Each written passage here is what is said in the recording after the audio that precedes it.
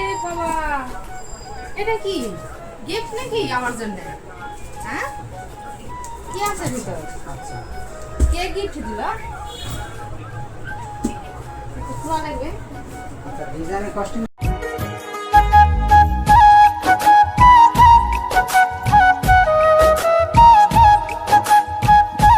এই ব্যাংকটা শুধু মানে ফেসবুকেই দেখতাম প্রচার করতো সবাই, কিন্তু আজকে হাতে পেয়ে খুবই ভালো লাগতেছে। এত সুন্দর, মানে খুবই সুন্দর।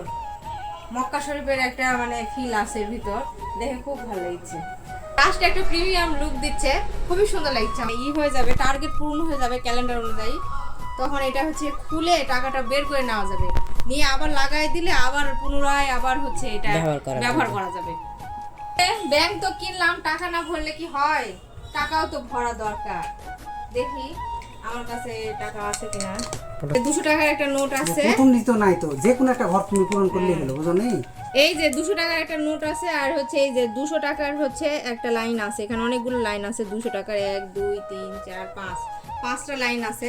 তো এই যে বিসমিল্লাহ প্রথমবার ঢুকাই, তো এই যে ঢুকাই দিলাম।